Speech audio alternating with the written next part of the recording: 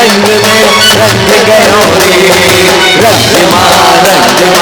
रंग मारे प्रभु तारे रंग में रंग गयो रे।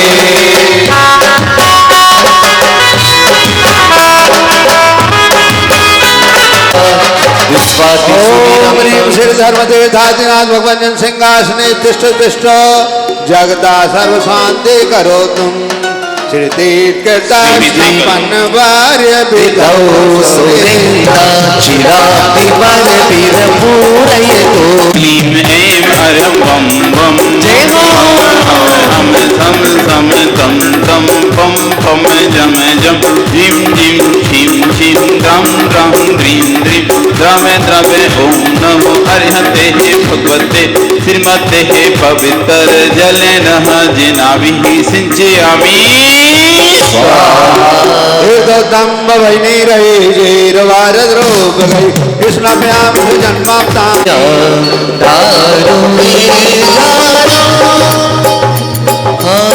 सब साथी मिल कर कलश सजावे मंगलकारी गीत। हरि मंगलम हरिहंता मंगलम सिद्धा मंगलम साहु मंगलम केली प्रणतोधमो मंगलम चित्तारी लोकोत्तमा हरिहंता लोत्मा सिद्धा लोत्मा साहु लोत्मा केली प्रणतोधमो लोत्मो चित्तारी शरण पवजामि अरहंते शरण पवजामि सिद्धे शरण पवजामि साहु शरण पवजामि केली प्रणतोधमो शरण पवजामि। ओम ह्रीनाथ मंत्र मूल मंत्र वे नमः सर्व शांतिम तुष्टिम पुष्टिम च गुरु गुरु नमः स्वाहा। ओम ह्रूं छूं फट कीर्तिम कीर्तिम घाते घाते प्रज्ञान स्फुट स्फुट से मम पाप विनाशनम भवतु। छाम छीम छूम छौम छा क्षीरवरधवले अमृतस्वयं बम बम रोम रोम शाह सरस्वती भक्ति चादात्मम सुज्ञानम भवतु। ओम भूर्वहार्य नमः सर्व शांतिम। ओम भूर्वहार्य नमः सर्व शांतिम। ओम भूर्वहार्य नमः सर्व शांतिकारस्य द्वितीय शांति धारा डॉक्टर प्रदीप पदविता doctor Rohit doctor Rahul doctor Anika Aarna Imphal परिवार से उपस्थित समस्त श्रावक श्राविकजन से सर्व शांतिम तुष्टिम पुष्टिम च गुरु गुरु नमः। संपूज्यकानां प्रतिपालकानां यतीन्द्र सामान्य तपोदधाना देशस्य राष्ट्रस्य पुरस्य राज्ञा करोतु शांतिं भगवान् जिनेन्द्र करोतु शांतिं भगवान् जिनेन्द्र करोतु शांतिं भगवान् जिनेन्द्र। बोली शांतिनाथ भगवान उदक चंदन।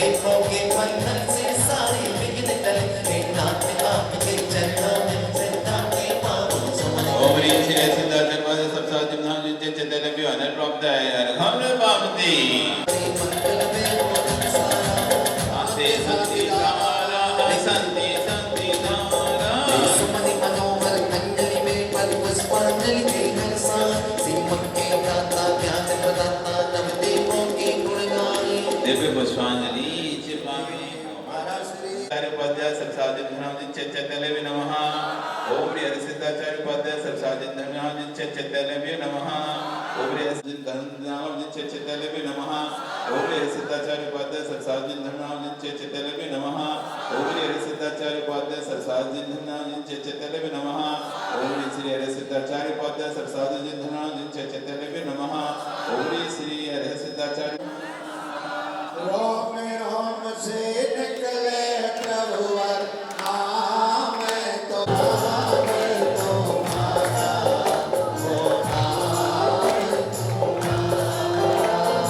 ऐसा तो वरदान कि फिर ना पाऊं जन्म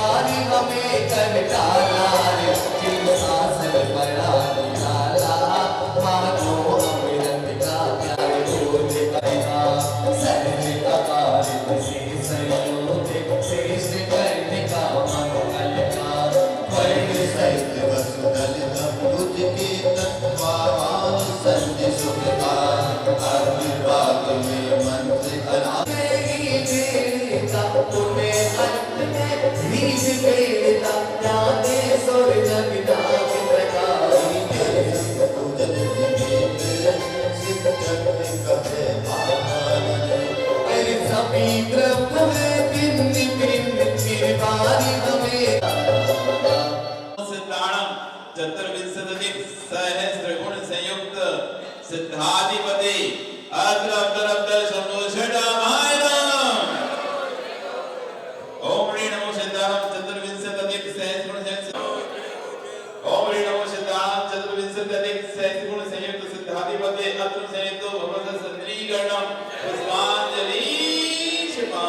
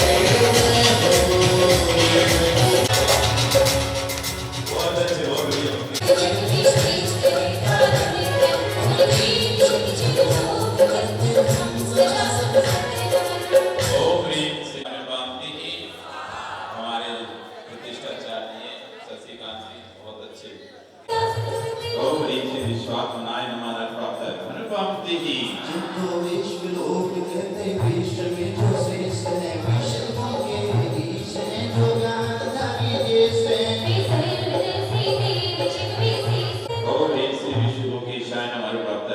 जिन विश्व चक्षु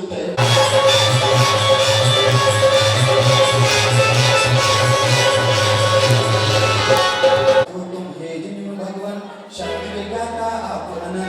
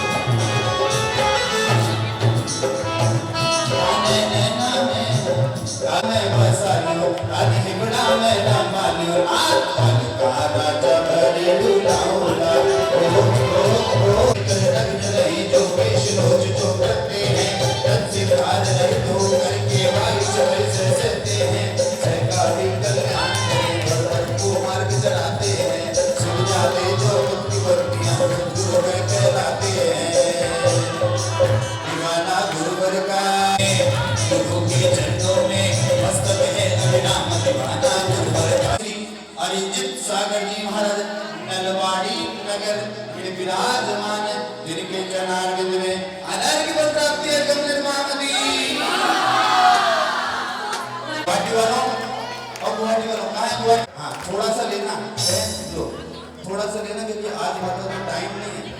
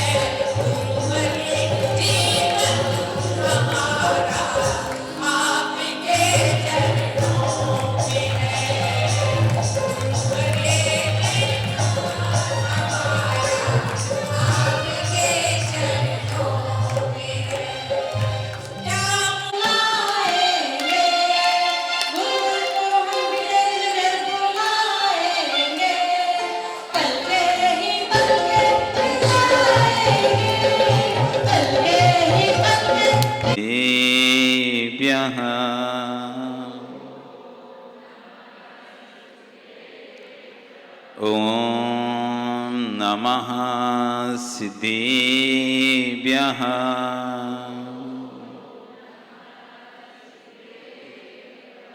तेरी एणिये खगिणाए रुतारी मोहि सिर सिरणी बिहू आयरी राऊ पसियो परवादिनियों भव्य जी लोए।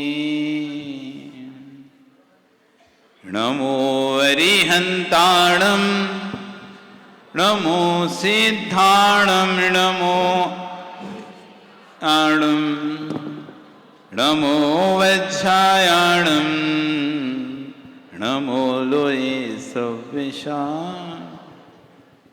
बोले रंतन से परमेष्ठी भगवान की, आदिरम आदिनाथ भगवान की, वर्तमान शासन नायक महावीर भगवान की, आचार्य गुरुवर कुंद कुंद स्वामी महाराज की, आचार्य गुरु विश्व सागर जी महाराज की, सिद्ध चक्र महामंडल विधान की, अहिंसा में विश्व धर्म की। जय बोलो परम पूज मुनि श्री 108 अर्जित सागर जी महाराज की जय। भवबंधु, वर्तमान शासन नायक वर्धमान स्वामी के शासन में तीर्थंकर प्रभु की चरण निश्रा में बैठकर हम सभी जिन देशना का श्रवण कर रहे हैं, ये जिनेन्द्र वाणी मनीषियो जगत कल्याणी है। कल यहाँ पर आच्छुभन कह रहे थे, वस्तु वस्तु है, वस्तु अच्छी नहीं, वस्तु बुरी नहीं। ये शरीर पाप कराता है या पुण्य कराता है? शरीर से पाप होता है या पुण्य होता है?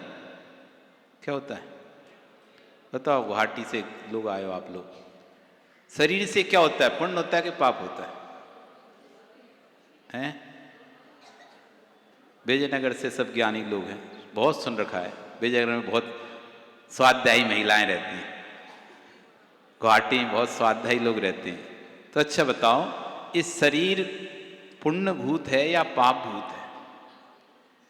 राग करने से पाप का बंध होता है कि पुण्य का बंध होता है? पक्का सोच लो, फिर बाद में बदलना नहीं। राग से पाप का बंध होता है कि पुण्य का? पाप का। राग से पाप। द्वेष से किसका बंध होता है? पुण्य का क्या पाप? राग से भी पाप का और द्वेष से भी पाप का। तो फिर भगवान की भक्ति करना राग है कि द्वेष है? तो इससे यानी पाप का बंध हो रहा है आपको? अभी तो आप बोले राग करने से पाप का बंध होता है। अभी तो आप बोले कि राग करने से पाप का बंध होता है।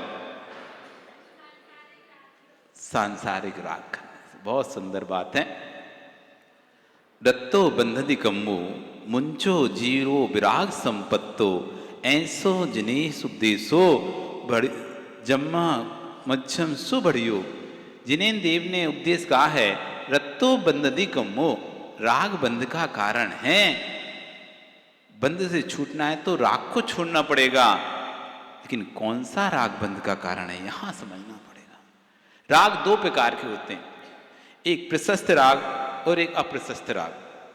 राग के दो भेद हैं। कौन कौन से भेद?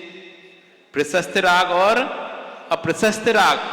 देव शास्त्र गुरु के प्रति जो राग है, जो भक्ति है, वो प्रशस्त राग है, वो परंपरा से निर्वाण का कारण है।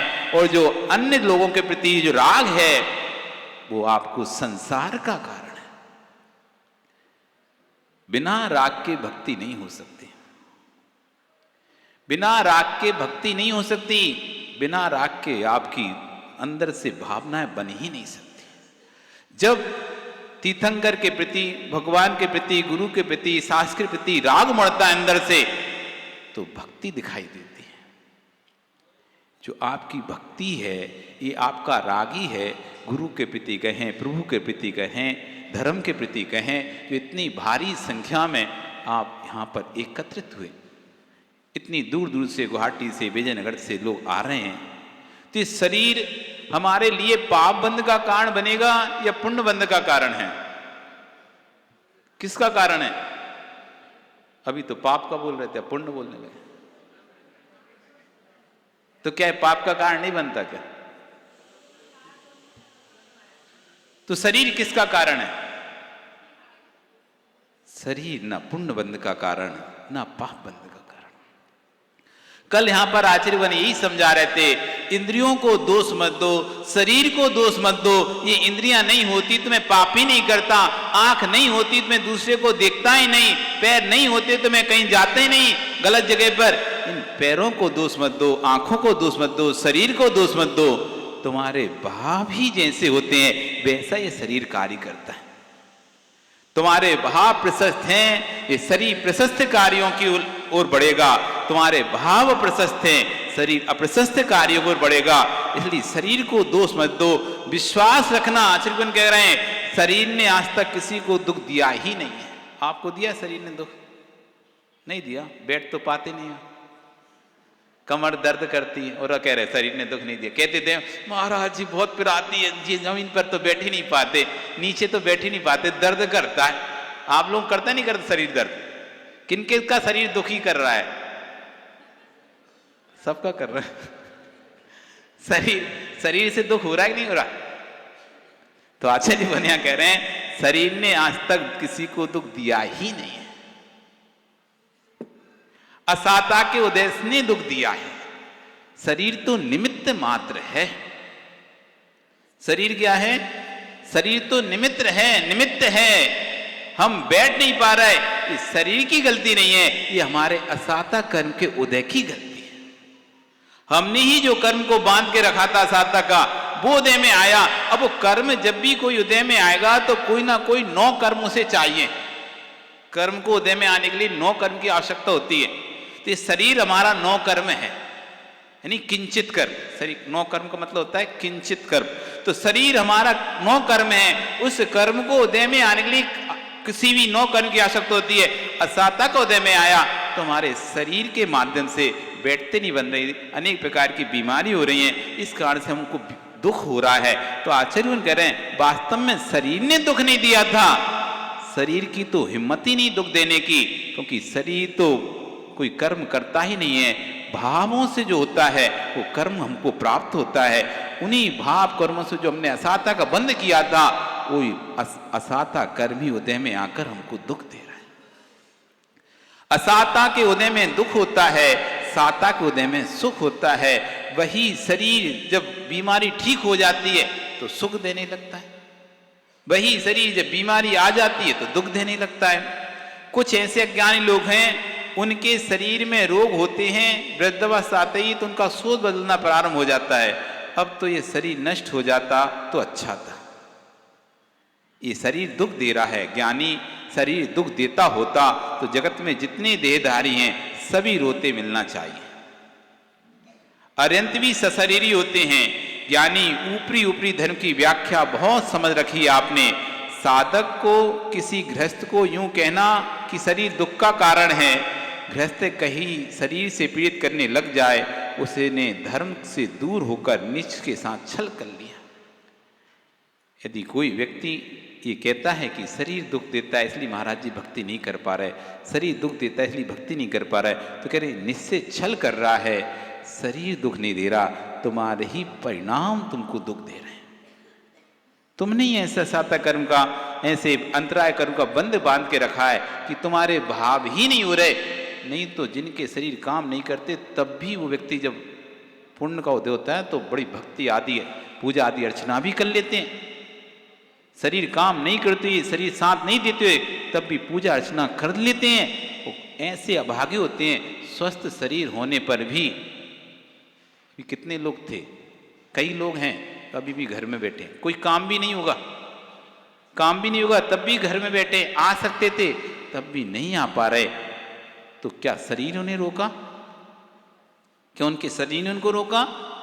नहीं, उनके ही अंतराय करने उनको रोक रखा है। आप कभी, आपकी अभी वृद्ध अवस्था है, युवावस्था है, प्रौढ़ अवस्था है, आप अभी मरना पसंद करते हो कि जीकर जिन देव की पूजन पसंद करते हो? प्रश्न कर रहे हैं, आपकी जो भी अवस्था है, वृद्ध अवस्था है, प्रौढ़ अवस्था है, युवावस्था है, आप अवस्था में मरना पसंद करते हो या जीकर भगवान की पूजा करना पसंद करते हो? वृद्ध लोगों का कहता है, अरे बहुत अब तो भगवान उठा ले, भगवान उठा ले, थक गए, बहुत परेशान है। तो आचार्य उनसे पूछते हैं, मरकर असंयमी जीवन जीना श्रेष्ठ है या जीते जीते संयम लेकर जीना श्रेष्ठ है? मनुष्य पर्याय में तो संयम प्राप्त कर सकते हो, सिर्फ एक यही पर्याय है मनुष्य पर्याय जहां पर आपको संयम मिल सकता है, और कोई भी ऐसी पर्याय नहीं है जहां पर संयम प्राप्त कर सको। देवों में संयम होता नहीं है, नारकियों में संयम होता नहीं है, तिरंचियों में संयम तक ही जा पाते हैं, वहां भी संयम, पूर्ण संयम वहां पर भी नहीं होता है, और वो भी कदाचित तिरंचियों को भी पंचम गुण स्थान प्राप्त होता है, बाकी सब तो लगभग पहले और चौथे गुण स्थान में रहते। तो एक मनुष्य ऐसी पर्याय है जहां पर आप संयम को प्राप्त कर सकते हैं। सम्यक गुण कहीं नहीं जगा, स्वर्ग जाकर भी पहुंच गए तो वहां भी आपकी देव दुर्गति हो जाएगी। कल आचार्य कौन कह रहे थे, सम्यक संकादि 8 मल हैं, उनका शोधन करो, सम्यक को प्राप्त करो। यदि बिना सम्यक के स्वर्ग भी चले जाओगे तो वहां पर देव दुर्गति हो जाएगी। देवों में भी 10 प्रकार के भेद हैं, एक प्रकार का देव नहीं। ऐसे नहीं स्वर्ग देव बन गया मतलब बहुत बड़ा, जैसे यहाँ पर अनेक प्रकार की जातियां हैं ना मनुष्यों में, भंगी, चमार, मैतर, स्वर्णकार आदि, काष्ठकार आदि, अनेक प्रकार के कुंभकार आदि, ऐसी स्वर्गों में भी व्यवस्था है। इस तरह की व्यवस्थाएं, ऐसे देव हैं जैसे कि मनुष्य लोक में जिनको नगर के बाहर रखा जाता है, जिनको छूत माना, शूद्र माना जाता है, जिनको छूने से भी व्यक्ति स्नान करना पड़ता है, ऐसे जीव जैसे मनुष्य लोक में होते हैं, ऐसी स्वर्ग लोक में भी देवों की व्यवस्था है। ऐसे देव वहां पाए जाते हैं। क्लिविस जाति के देव होते हैं जिनको कि स्वर्ग लोक के बाहर स्थान दिया जाता है, बस बाहर बैठो, उनको उसी तरह का काम है जिस तरह आपके यहां पर झाड़ू लगाने वाले काम होता है। देव भी बना, लेकिन देव बनने के बाद भी मिला क्या? देव भी बना, देव बनने के बाद मिला क्या? किलबिस जाति का देव बन गया, बाहर खड़ा कर रहा है। देव बन गया, सेवक बन गया, वहां पर देव बना, दूसरे देवों की सेवा करनी पड़ रही है, दूसरे देवों के लिए घोड़ा बनना पड़ रहा है, वाहन बनना पड़ रहा है, अनेक प्रकार की कार्य करना पड़ रहा है। तो देव बनने के बाद भी देव दुर्गति है उन लोगों की। इसलिए कह रहे हैं यहां पर बिना सम्यक के शोधन के बिना यदि देव गति भी पहुंच गए तो वहां भी कोई फायदा नहीं है। इसलिए यहां रहकर सम्यक की आराधना करो, सम्यक को प्राप्त करो। सबके दिन एक से नहीं होते, इस बात को ध्यान रखो। कभी जीवन में कुछ भी आप करो, अभिमान घमंड कभी आए तो ध्यान रखना, सबके दिन एक से नहीं होते। कोई आज नीचा है तो ऊपर जाता है, ऊपर है तो नीचे जाता है। और भगवान की जितनी भक्ति कर सको इस पर्याय में, समय का क्षण भर भी भरोसा नहीं, पल भर का भी भरोसा नहीं है। इसलिए जितनी भक्ति कर सको, क्योंकि भगवान की भक्ति काम दुही काम धायनी है। पहले ही बताया था आपको, काम दुही काम धायनी। काम दुही मतलब होती है भोग सामग्री, दुही यानी देने वाली, दोहन। जैसे गाय को धोते ना तो क्या निकलता है? दूध प्राप्त होता है। तो दोहन करने वाली यानी काम दाहिनी, काम दोहिनी, दुहिनी काम को देने वाली यानी भोगों को देने वाली है, और काम दाहिनी भोगों को नष्ट करने वाली है, संसार के भोगों से बचाने वाली है तो भगवान की भक्ति है, और संसार के भोगों को देने वाली है तो भगवान की भक्ति है। उभय है। जो सम्यक दृष्टि है उसको भोगों की प्राप्ति होती है, जो रत्नत्रय के धारी हैं उनको मुक्ति की प्राप्ति होती है एक ही भक्ति से। भगवान की भक्ति जब श्रावक करता है तो आप पूजा में पढ़ते हो ना, भुक्ति मुक्ति दाता, भुक्ति और मुक्ति ये भगवान की जो भक्ति है। इसलिए बहुत से लोगों को ज्ञान होता नहीं है और पद चेंज कर देते हैं। भुक्ति जगह उन्होंने भक्ति कर दिया, भक्ति मुक्ति दातार कर दिया, जबकि वास्तव में भुक्ति मुक्ति दातार जो भगवान की भक्ति है वो भुक्ति भी देती है और मुक्ति भी देती है। भुक्ति यानी भोग, भोग सामग्रियां। जितने बड़े बड़े आज लोग दिखाई दे रहे हैं, धन ऐश्वर्य पैसा जिनके पास दिखाई दे रहा है, ये पूर्व में भगवान की भक्ति की थी, उससे ये भुक्ति मिली है, भोग मिले हैं आज। यदि उन्हीं भोगों का जो मिले हैं सदुपयोग कर ले, चक्रवर्ती आदि पद कोई ऐसे ही नहीं मिलता। चक्रवर्ती आदि जो पद मिलते हैं, तीर्थंकर आदि जो पद मिलते हैं, पूर्ण भोगों के पद होते हैं। स्वधर्म आदि के पद हैं, पूर्ण भोग। ये किससे मिले? भगवान की भक्ति करने से मिले। जिसको स्वधर्म इनके पद चाहिए, चक्रवर्ती के पद चाहिए, 63 सलाका पुरुषों के पद चाहिए, 169 महापुरुषों के पद चाहिए, ये बिना भक्ति के प्राप्त नहीं होते। इसलिए कहा भक्ति भुक्ति, भगवान की वो जो भक्ति है क्या देगी? भुक्ति देगी पहले, फिर भुक्ति प्राप्त होने के बाद व्यक्ति यदि उसका उपयोग सही प्रकार से करे तो मुक्ति। वही भक्ति पहले भुक्ति देती है, फिर चक्रवर्ती उस पूरे 6 खंड के राज को त्याग करके, उस भुक्ति का त्याग करके जैनेश्वरी दीक्षा लेता है तो मुक्ति। तो भुक्ति मुक्ति दातार जो भगवान की जो भक्ति है, भुक्ति भी प्रदान करती है, मुक्ति भी प्रदान करती है। इसलिए पूरे मन योग के साथ जब भी कहीं पंचकल्याणक प्रतिष्ठा हो, विधान हो, कोई भी आयोजन हो, सारे काम छोड़ के पहुंच जाओ। क्या पता फिर कभी आप किसी कार्यक्रम में सम्मिलित हो पाए, नहीं हो पाए। बहुत से जीव सोचते हैं बाद में करेंगे, बाद में करेंगे। कभी कभी ऐसा तो बाद आ ही नहीं पाता है, आ ही नहीं पाता है बात। इसलिए जब तक शरीर स्वस्थ है, इंद्रियां काम कर रही हैं, तो खूब भगवान की भक्ति कर लो। हम क्यों यहाँ बैठे रहते हैं? हम चाहें तो थोड़ा सा चालू करा के अपने कक्ष में चले जाएं, आराम से बैठे रहें।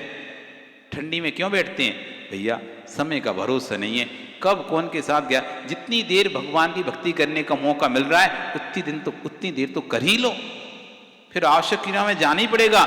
जब तक बैठ सकते हैं हम पूरा बैठते हैं। इसलिए बैठते हैं कि आप लोग जब भक्ति करके, भगवान की भक्ति करके पुण्य कमा सकते हो, तो क्या हम भगवान की भक्ति करके पुण्य नहीं कमा सकते? इसलिए अपने जीवन में जब भी कोई मौका मिले भक्ति करने का, बिल्कुल मत छोड़ो, क्योंकि साथ में बस यही जाना है। जो आप अपना पुण्य संचय करके रख रहे हो निर्मल जी, वही सिर्फ साथ में जाना है। बाकी सब धन संपत्ति तो आप विश्वास रखो, आंख बंद करते से ही पराई हो जानी है। कोई भी वस्तु आपके साथ नहीं रहने वाली, ना साथ जाने वाली। जो हमने पुण्य का संचय करके रखा है, बहुत से लोग इसमें पंच विधान में ऐसे लोग हैं जो पहली बार बैठे हैं। कहाँ गए? पदम जी गए के घर हैं? देख लो, इनको देख लो, पहली बार बैठे, कभी बैठते नहीं है। पर यही तो कहते ना, जीवन में जब बदलाव आता है तो कोई ना कोई निमित्त मिलता है। बिना निमित्त के बदलाव भी नहीं आता। टर्निंग पॉइंट आते हैं जीवन में, तो कोई ना कोई उसके लिए निमित्त बनता है। ऐसे वो देखो चक्रवर्ती, वो भी कभी कभी आता, दिखता ही नहीं था, आज दमक के बैठा है। बढ़िया है। वो संजय, वो भी कभी पूजन पर नहीं बैठता था, वो भी बैठा हुआ है। तो कुछ लोग ऐसे हैं, कुछ लोग ऐसे हैं, ओम प्रकाश जी, वो भी कभी नहीं आते थे, अभी विधान में डटे हैं। यही तो समय है, बस इन समयों को जी लो, इन समयों को भोग लो। ये समय ही, यही पुण्य का भोग आपको अगले पुण्य का बंद कराएगा। इसे कहते हैं पुण्यानुबंधी पुण्य। इसी का नाम है पुण्यानुबंधी पुण्य, कि पुण्य के योग से हमको ये भक्ति करनी मिल रही है, और इस पुण्य के योग से हम जिस भक्ति कर रहे हैं उससे किसका बंद कर रहे हैं? अगला पाप का या पुण्य का? पुण्य का बंद कर रहे हैं। यही है पुण्यानुबंधी पुण्य। और जो भक्ति नहीं कर रहे, घरों में बैठे हैं, इधर उधर की बातों में लगे हैं, भोगों में लगे हुए हैं, वो कर रहे हैं पुण्यानुबंधी पाप, पुण्यानुबंधी पाप यानी पापानुबंधी पुण्य का भोग कर रहे हैं। कि उनका जो पुण्य है वो उनको पाप का अनुबंध करा रहा है, पाप का बंद करा रहा है। और आपका जो पुण्य है वो आपको पुण्य का बंध करा रहा है। इसलिए पूरे मन योग के साथ खूब भावों से, खूब भक्ति से, अंतिम, आज तो अंतिम ही दिन है सिद्ध चक्र महामंडल दान का, और आज से शाम से ही पंच कल्याणक प्रतिष्ठा प्रारंभ होने वाली है। इतनी नजदीकी से, इतने पास से पहली बार आप पंच कल्याण प्रतिष्ठा देख पाओगे। कभी भी आपने देखा हो पंच कल्याण प्रतिष्ठा में 40-50 फुट का तो स्टेज रहता है, उसके बाद 20-30 फुट के बाद वीआईपी लोगों का स्थान रहता है, फिर उसके 20-30 फीट बाद सामान्य जनों का स्थान होता है। अब इतनी दूर से क्या दिखता होगा? अभी देखोगे, अभी आगे जाके और जगह भी देखोगे, कितनी दूर से आप क्या देख पाओगे? नहीं दिख पाते। पर एक ऐसा पंचकरण होगा, इतनी पास से आप बिल्कुल पास से बैठकर सारी क्रियाओं का आनंद ले पाओगे, एक एक क्रिया को समझ पाओगे। क्या होती गर्भ कल्याण क्रिया, क्या होती जन्म कल्याण की, क्या होती तप, ज्ञान, निर्वाण। क्योंकि पहली बार पंचकरणक में आप इतने नजदीकी से एक एक क्रियाओं को देखोगे। नहीं तो आपको पता है कितनी दूर बैठना पड़ता है, पंडाल किधर होता है, मंच किधर होता है, अंदर क्रिया चलती पता नहीं चलता, और बाहर क्या होता रहता है कुछ भी नहीं पता चलता। इसलिए 3 दिन अब आज से जो बचे हैं, आज गर्भ कल्याणक, परसों जन्म कल्याणक, उसके बाद तप और ज्ञान कल्याणक 21 तारीख को और 22 तारीख को मोक्ष लाएं। इन 3 दिन भैया विजयनगर गुवाहाटी से आप तो रोज आओ, पूरे दिन भर रहो, एक एक क्रियाओं को देखो, क्योंकि इतनी नजदीकी से फिर तुम्हें कभी ये क्रियाएं देखने नहीं मिलेंगी। इतने पास से, जहां पर इतने पास होने पर एक अपनापन दिखाई देता है, चलो, और दूर होने से परायापन दिखाई देता है। तो इतने पास से बैठकर सारी क्रियाओं का आनंद लेना ये फिर शायद कभी मिले ना मिले। इसलिए कल जन्म कल्याणक, आज गर्भ कल्याणक है, कल जन्म कल्याणक में आप सभी लोग वहां से विजयनगर, गुवाहाटी और भी जगह से, ट्यूब से, बरपेड़ा, सबको खबर कर दो। कितने पास से जन्म कल्याण की क्रियाएं, जन्म कल्याण के दृश्य देखने शायद ना मिले। इसलिए आ जाओ और 21 तारीख को इतने पास से बैठकर दीक्षा देखने, भगवान के साक्षात संरक्षण में बैठने मिले ना मिले। इसलिए भैया तब भी आ जाओ, ये मौके हैं, अवसर हैं, फिर चले गए तो पुनः नहीं आएंगे। इसलिए इन अवसरों को ना खमाएं। आपका समय कल फिर आओगे, पर्याय रही तो हम बड़े उत्साह के साथ आज विधान पूर्ण करके से चक्र कल से, यानी आज शाम से ही बड़े उत्साह के साथ पंच कल्याणक महा महोत्सव का आयोजन प्रारंभ करेंगे। बोली भगवान महावीर स्वामी की। या वाणी के ज्ञान से सूझे लोकालोक, सो वाणी मस्तक नमो सदा देत हूँ दो।